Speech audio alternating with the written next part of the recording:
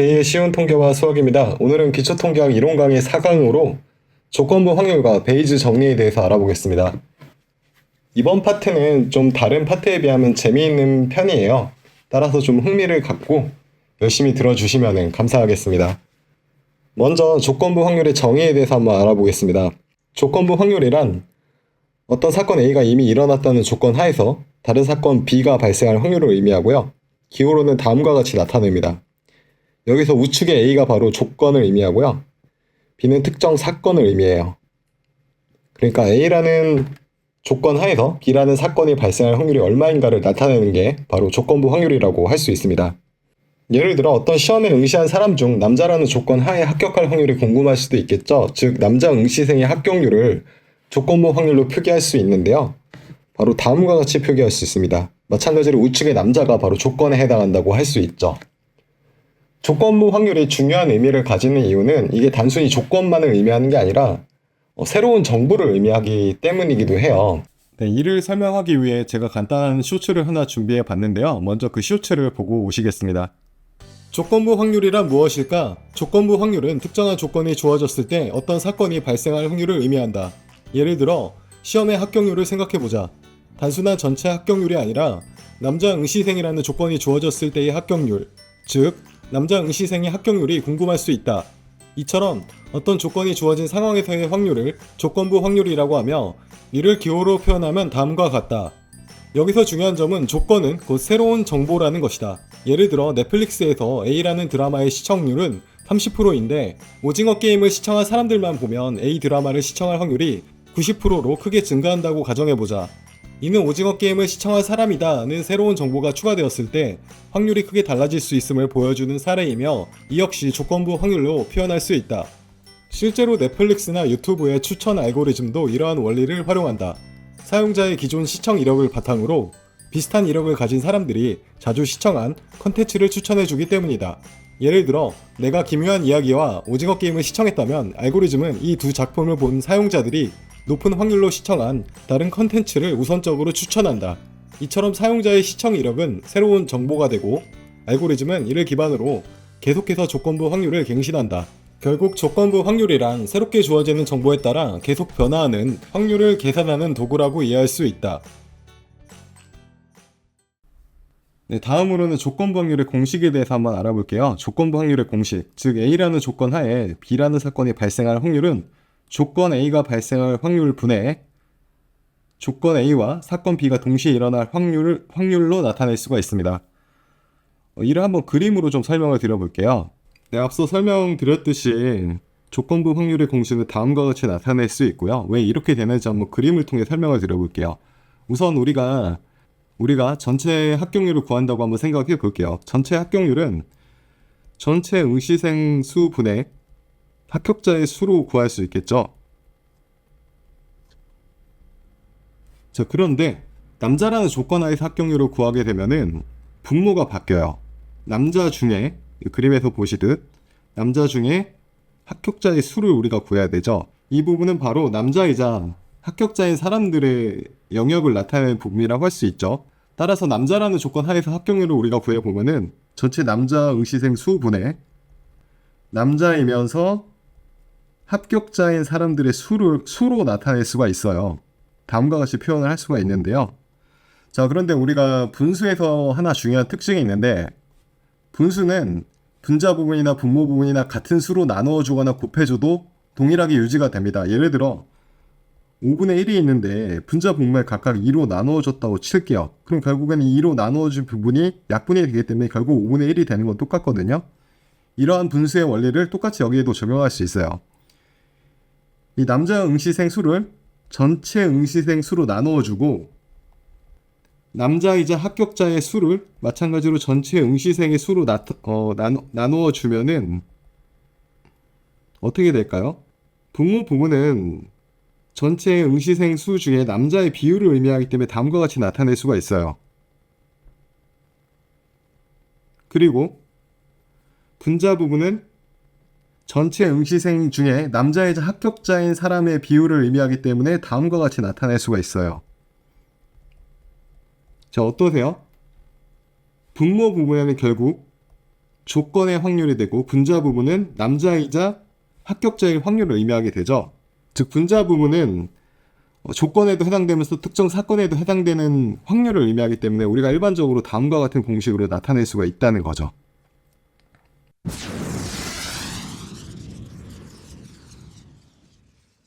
네, 다음으로는 교집합의 확률에 대해서 한번 알아보겠습니다. 교집합의 확률은 우리가 조건부 확률의 공식으로부터 도출할 수 있어요.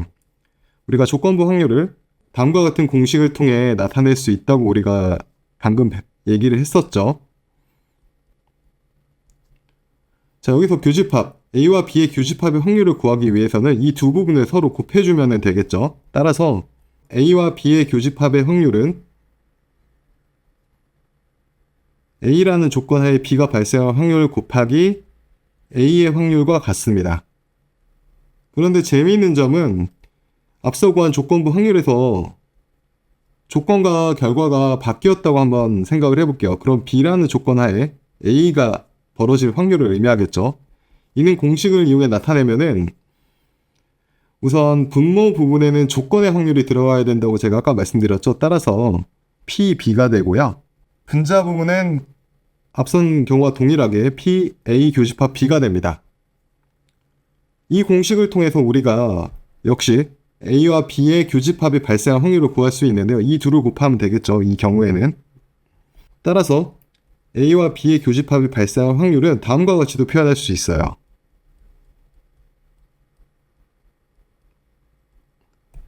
자, 교집합의 확률을 표현하는 방식은 이렇게 두 가지가 있다는 걸 꼭 알아두시기 바랍니다.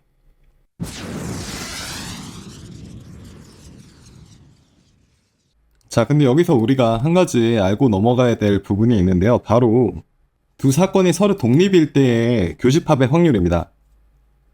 우선 두 사건이 독립이라는 의미가 무엇인지에 대해서 제가 설명을 드릴게요. 예를 들어 A라는 사건이 첫 번째 주사위를 던졌을 때 1이 나온 사건을 의미한다고 가정해 볼게요. 그리고 B라는 사건은 두 번째 주사위를 던졌을 때 1이 나온 사건을 의미한다고 우리가 가정을 해 볼게요. 자, 그런데 첫 번째 사건의 발생 확률이 두 번째 사건의 발생 확률에 영향을 주나요? 보통 일반적으로 이런 경우엔 영향을 주지가 않죠. 첫 번째 주사위가 1이 나왔다고 해서 두 번째 던진 주사위도 1이 나올 확률이 높다, 뭐 이렇게 우리가 일반적으로 생각하진 않잖아요. 따라서 두 사건은 서로 영향을 주지 않습니다. 이런 경우 우리는 A와 B를 서로 독립인 사건이라고 하고요. 서로 독립일 때는 교집합의 확률이 조금 달라져요. 왜냐하면은 우리가 사건 B가 발생할 확률은 6분의 1이죠. 그런데 A라는 조건 하에 B가 발생할 확률을 구해볼게요.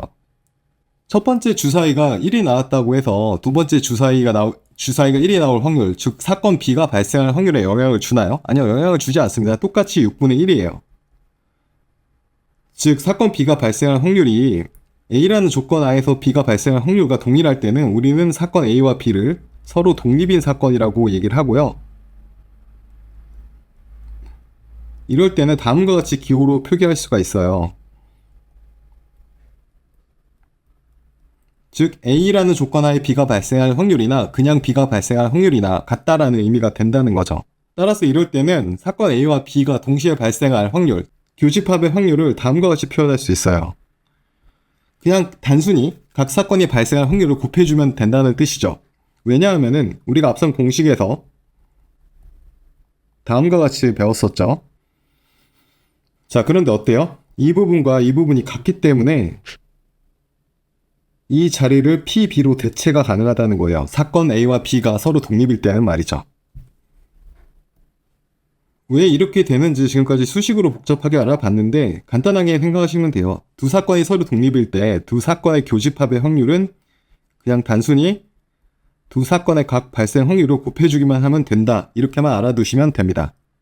아래 내용을 한번 읽어볼게요. A와 B의 교집합의 확률은 PA 곱하기 PB가 된다. 즉 서로 독립일 때는 두 사건이 모두 발생할 확률은 단순히 두 사건이 발생할 확률을 곱해주기만 하면 된다라는 뜻입니다. 또한 역도 성립을 해요. 무슨 말이냐? 어떤 두 사건의 교집합의 발생 확률이 각 두 사건의 발생 확률의 곱과 같다면은 A와 B는 서로 독립이라고 우리가 결론을 내릴 수 있다는 뜻입니다. 자, 지금까지는 사건이 두 개일 때의 경우를 우리가 살펴봤는데요. 이러한 원리는 사건이 여러 개일 때도 적용이 됩니다. 자, 만약에 n개의 사건 A1부터 AN까지 있고 그 각 사건이 모두 발생할 확률이 각 사건 하나하나의 발생 확률을 곱한 것과 같다고 할 때 이 n개의 사건은 서로 독립이라고 우리가 이야기할 수 있습니다.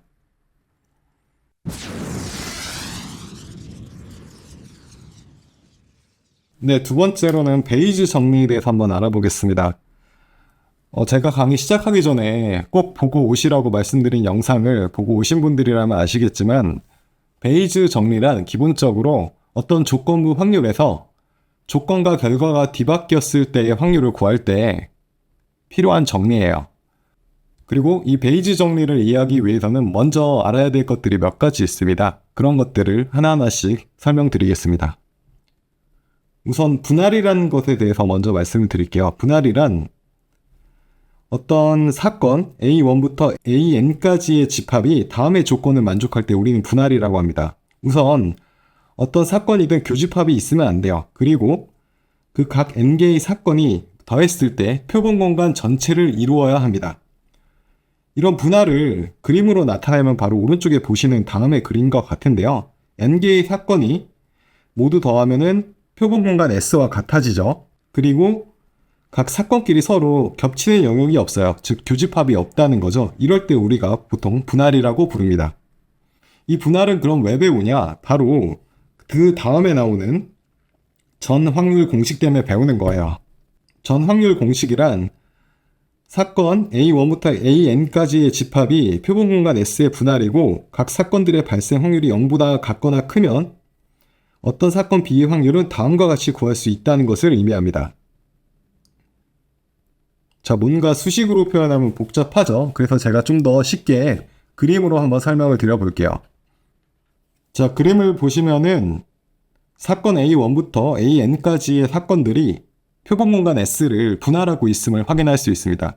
그리고 그 가운데 동그랗게 사건 B가 존재하고 있죠. 여기서 우리가 사건 B의 확률을 알아보고 싶다고 가정을 해볼게요. 사건 B의 확률을 쉽게 구할 수 있으면 좋겠지만 쉽게 구할 수 없을 때가 많아요. 그래서 다른 방식으로 사건 B를 구해야 될 수 있는데 사건 B를 한번 여러 가지로 나누어 볼게요. 우선 이 영역은 뭐와 뭐의 교집합이 되죠? A1과 B의 교집합이 되는 거죠. 따라서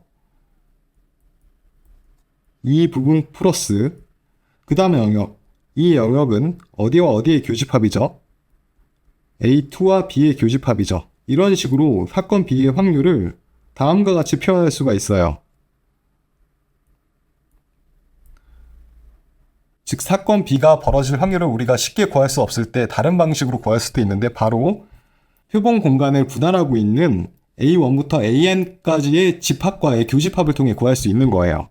자, 그런데 우리가 앞서 조건부 확률에서 교집합의 확률을 어떻게 표현할 수 있다고 배웠죠?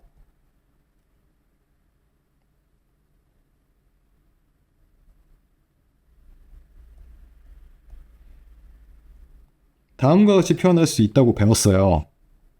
방금 전에 배우고 온 거니까 기억하셔야 됩니다. 따라서 각 항들을 어떻게 표현할 수 있냐?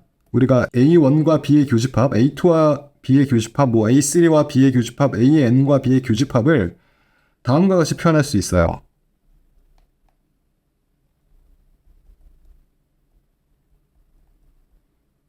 그리고 이것들을 i는 1부터 n까지 모두 더해주면 되겠죠. 따라서 시그마 기호를 써서 표현을 하겠습니다. 즉 확률 B는 이 공식으로도 구할 수가 있게 되는 거예요. 자, 이제 전 확률 공식이라는 게 무엇인지 조금 이해가 가셨나요?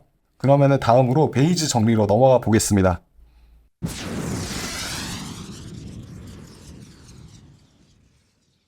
베이즈 정리란 기본적으로 조건부 확률로부터 도출이 됩니다. 어떤 사건 A가 B라는 조건 하에 발생할 확률은 우리가 앞서 배운 대로 다음과 같이 표현할 수가 있었죠. 그런데 여기서 A와 B의 교집합의 확률은 다음과 같이 표현할 수가 있었습니다.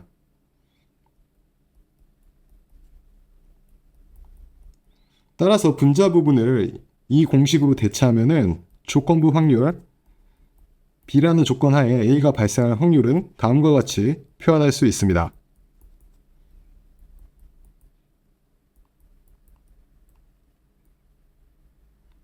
이게 바로 베이즈 정의인데요.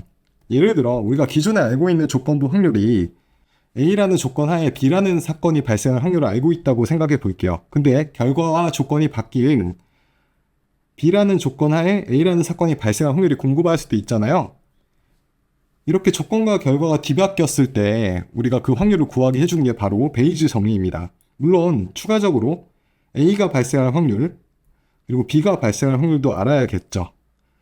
제가 교재에 적어드린 내용을 토대로 이제 설명을 드릴게요. 근데 제가 교재에 한 가지 빼먹은 게 있는데 어떤 사건 A1부터 AN까지가 표본 공간 S를 분할하고 있다는 가정하에 교재의 내용은 지금 설명을 하고 있습니다. 이 점 꼭 참고해 주시고요. 하나씩 읽어볼게요. 베이즈 정리란 어떤 사건 B가 발생했다는 전제하에 특정 사건 AI가 발생할 확률은 조건부 확률의 공식과 전확률 공식을 통해 다음과 같이 나타낼 수 있다. 어떤 사건 AI가 B라는 조건 하에 발생할 확률은 우리가 조건부 확률의 공식에 의해 다음과 같이 나타낼 수가 있었죠. 그리고 제가 방금 설명드린 대로 교집합의 확률은 다음과 같이 바꿨을 수 있죠. 즉, 이 두 부분이 서로 같다는 의미입니다. 교집합의 확률에 의해 분자 부분을 이렇게 바꿔줄 수 있어요. 자, 그런데 B의 확률은 어떻게 표현할 수 있을까요? 우리가 사건 A1부터 AN까지가 표본 공간 S를 분할하고 있다고 가정을 했죠. 가정을 했기 때문에 이 사건 B의 확률은 다음과 같이 표현할 수 있어요. 따라서 베이즈 정리를 좀 복잡하지만 엄밀한 수식으로 나타내면 다음과 같이 나타낼 수 있습니다.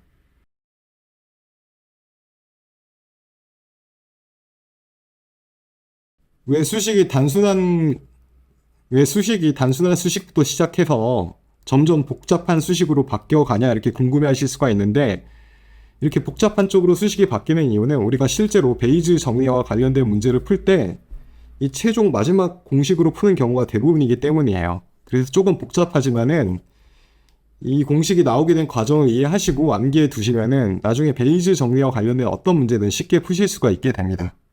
그럼 다음으로 이번 4강의 연속 문제로 한번 넘어가 보겠습니다.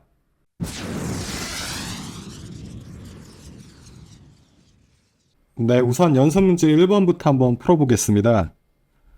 3개의 붉은 공과 2개의 푸른 공이 들어있는 주머니로부터 공을 1개씩 2번 비복원 추출한다. 뽑힌 2개의 공 모두가 푸른색일 확률을 구하라. 자, 여기서 중요한 거는 우리가 비복원 추출이라는 것의 개념에 대해서 먼저 아셔야 돼요. 비복원 추출이란 예를 들어 우리가 주머니에서 공을 1개씩 여러 번 꺼낼 때 기존에 뽑았던 공을 다시 넣어놓지 않고 다음 공을 뽑는 걸 의미합니다. 예를 들어 우리가 이 5개의 공에서 첫 번째로 빨간 공 하나를 뽑았다고 가정을 해볼게요. 그러면 남아있는 거는 빨간 공 2개와 푸른 공 2개가 되겠죠. 두 번째 추출은 바로 이렇게 빨간 공 2개와 푸른 공 2개가 남은 상태로 추출할 때 우리가 이를 비복원 추출이라고 부릅니다. 자, 이 비복원 추출이라는 개념을 꼭 기억하시고 문제를 한번 풀어볼게요. 우선 문제를 잘 풀기 위해서는 사건의 정의를 잘해야 됩니다. 우리가 A1이라는 사건을 첫 번째 뽑은 공이 푸른색인 사건을 A1이라고 한번 규정을 지어 볼게요. 그리고 A2는 두 번째 뽑은 공이 푸른색인 사건이라고 한번 정의를 내려 볼게요. 자, 그러면은 일단 첫 번째 뽑은 공이 푸른색일 사건이 발생할 확률은 얼마일지 한번 계산을 해 볼게요. PA1이라고 이렇게 표기를 할 수 있겠죠. 자, 총 5개의 공이 있는데 그중 2개의 공만 푸른색이기 때문에 첫 번째로 푸른색 공이 뽑힐 확률은 5분의 2라고 할 수 있습니다. 자, 그런데 두 번째 뽑은 공이 푸른색인 사건이 발생할 확률은 첫 번째 결과에 따라 조금 달라지겠죠. 이게 비복원 추출이기 때문인데 예를 들어 첫 번째 뽑은 공이 푸른색 공이라는 조건 하에서 두 번째 뽑은 공도 푸른색일 확률을 한번 구해볼게요. 첫 번째 푸른색 공을 뽑았기 때문에 두 번째 뽑을 때 남아있는 공은 푸른색 공 하나랑 빨간색 공 3개가 되겠죠. 따라서 이럴 때 두 번째 뽑은 공이 푸른색일 확률은 4분의 1에 불과합니다.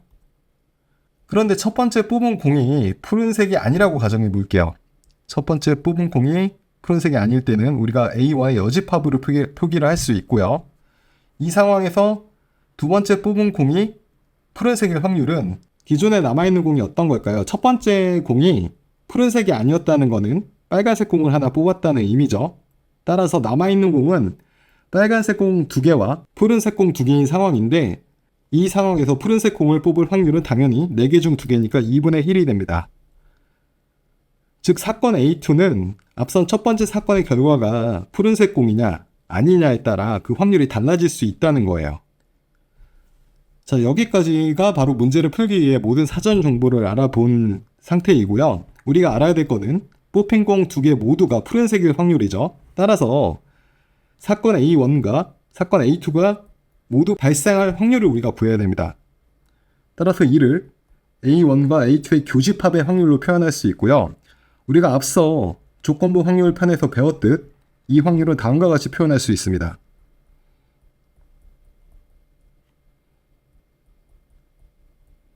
따라서 어떻게 되죠? 이 값은 앞서 우리가 구한 대로 4분의 1이고 PA1은 앞서 구한 대로 5분의 2예요. 따라서 4분의 1 곱하기 5분의 2가 되고 답은 10분의 1이 됩니다. 조건부 확률이 어떻게 활용될 수 있는지 예제를 통해 이렇게 확인할 수 있습니다.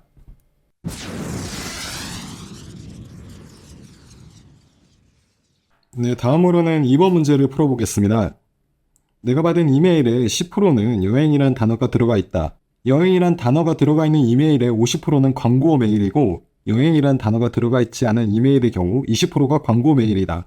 내가 받은 이메일이 광고일 때 이메일에 여행이란 단어가 들어가 있을 확률을 구하라. 자, 뭔가 복잡하죠? 그런데 기본적으로 이게 베이즈 정리를 이용해 문제를 풀라는 문제인 걸 알 수가 있어요. 왜냐, 우리가 구해야 될 게 뭐죠? 내가 받은 이메일이 광고라는 조건 하에 여행이란 단어가 들어가 있을 확률을 구하는 게 우리가 최종적으로 구해야 되는 답이죠. 근데 이건 알려주지 않았고 여기서 알려준 게 뭐가 있어요? 여행이란 단어가 들어가 있을 때 이메일의 50%가 광고 메일이다. 즉 여행이란 단어가 들어가 있다는 조건 하에 그 이메일이 광고일 확률이 50%라는 거를 알려줬어요. 즉 어떤 조건부 확률을 알려주고 그 조건부 확률에서 결과와 조건이 뒤바뀌었을 때 확률을 구하라. 이런 식의 문제는 거의 100% 베이즈 정리를 이용하라는 문제입니다. 실제로 베이즈 정리가 이런 문제를 해결하라고 있는 정리이기도 하고요. 자, 그럼 문제를 한 단계씩 풀어보겠습니다. 우선 문제에서 알려준 정보부터 하나씩 정리할게요. 앞서 얘기했듯이 여행이란 단어가 들어가 있으면은 광고일 확률이 50%라고 알려줬고 여행이란 단어가 들어가 있지 않은 경우 광고일 확률은 20%라고 알려줬습니다. 또한 맨 처음에는 여행이란 단어가 들어가 있을 확률이 10%임을 알려줬어요. 이를 토대로 한번 베이지 정리를 이용해 문제를 풀어보겠습니다. 우리가 일단 알아야 될 거는 광고 메일이라는 조건 하에 그 이메일에 여행이란 단어가 들어가 있을 확률이죠. 이 확률을 구하기 위해서는 베이지 정리를 이용할 수 있는데요. 베이지 정리는 다음과 같죠. 자, 우리가 답을 구하기 위해서는 총 3가지 항목의 값을 알아야 돼요. 이렇게 3가지 항목의 값을 알아야 되는데 이 2개는 이미 알고 있어요. 여행이란 단어가 들어갔다는 조건 하에 그게 광고 메일 확률은 얼마라고 했죠? 50%라는 게 나왔고요. 여행이란 단어가 들어갈 확률은 10%라는 게 나왔어요. 자, 그런데 내가 받은 이메일이 광고일 확률은 주어지지 않았죠. 바로 이 값을 구해야 되는데 이 값은 어떻게 구할까요? 우리가 앞서 배운 전 확률 정리에 의해서 구해야 됩니다. 어떤 사건이 2개든 3개든 교집합이 없는 사건들이 있고 그들의 합집합이 표본 공간 전체를 이룰 때 우리는 전 확률 정리를 활용할 수 있습니다. 그림으로 보시면 다음과 같다고 할 수 있겠네요. 이런 조건이라면 표본 공간에 속하는 어떠한 사건이든 전 확률 정리를 이용해 그 확률을 구할 수 있습니다. 이 문제에서 우리는 결국 모든 이메일을 여행이란 단어가 포함된 이메일과 혹은 여행이란 단어가 포함되지 않은 이메일로 나눌 수 있기 때문에 전확률 정리를 이용할 수 있는 요건을 갖추었다고 할 수 있고요. 따라서 광고일 확률도 전확률 정리를 통해 풀 수 있습니다. 계산의 편의를 위해 여행을 A1이라고 하고 여행이라는 단어가 포함되지 않는 사건을 A2라고 표현을 해 볼게요. 자, 그럼 광고의 확률은 어떻게 구해야 되죠? 우선 이 부분부터 구하면은 다음과 같이 되겠죠. 그리고 나머지 부분, 이 부분은 다음과 같이 됩니다. 자, 이 부분의 확률을 우리가 앞서 배운 교집합의 정리에 따라 한번 풀어볼게요. 이 부분은 이렇게 우리가 풀 수 있죠. 그리고 이 부분은 이렇게 풀 수가 있습니다. 즉, 광고일 확률은 다음과 같이 정리가 되는 식이고요. 우리가 앞서 A1일 확률, 즉 이메일에 여행이라는 단어가 들어가 있을 확률은 얼마라고 했죠? 바로 10%라고 했죠. 따라서 이건 0.1이 되고, 여행이라는 단어가 들어가 있다는 조건 하에 광고일 확률은 얼마라고 했죠? 바로 50%라고 했습니다. 따라서 0.5가 되겠네요. 그 다음에 여행이라는 단어가 들어가 있지 않을 메일의 확률은 몇 프로가 되죠? 아까 여행이라는 단어가 들어가 있는 메일이 10%라고 했으니까 이건 90%가 돼서 0.9가 됩니다.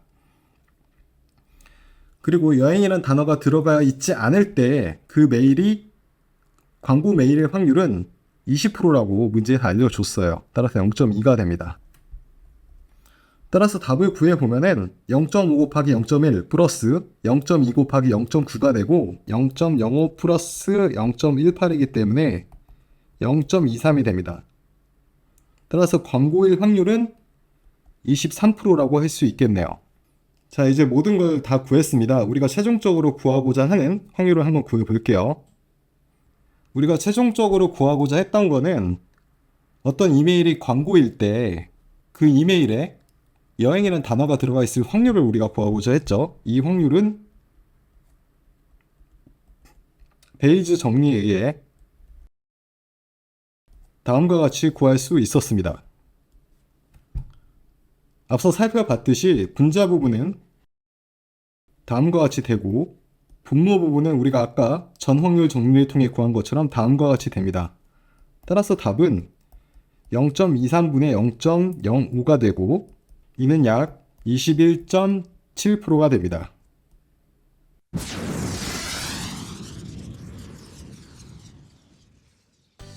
네, 이 파트가 좀 재미있는 부분이기도 하고 중요한 부분이기도 하기 때문에 굉장히 많이 신경을 써서 이번 강의를 준비했습니다. 많은 분들이 강의를 듣고 베이즈 정리와 조건부 확률에 대해서 좀 더 깊게 이해하시는 계기가 되셨길 바랍니다.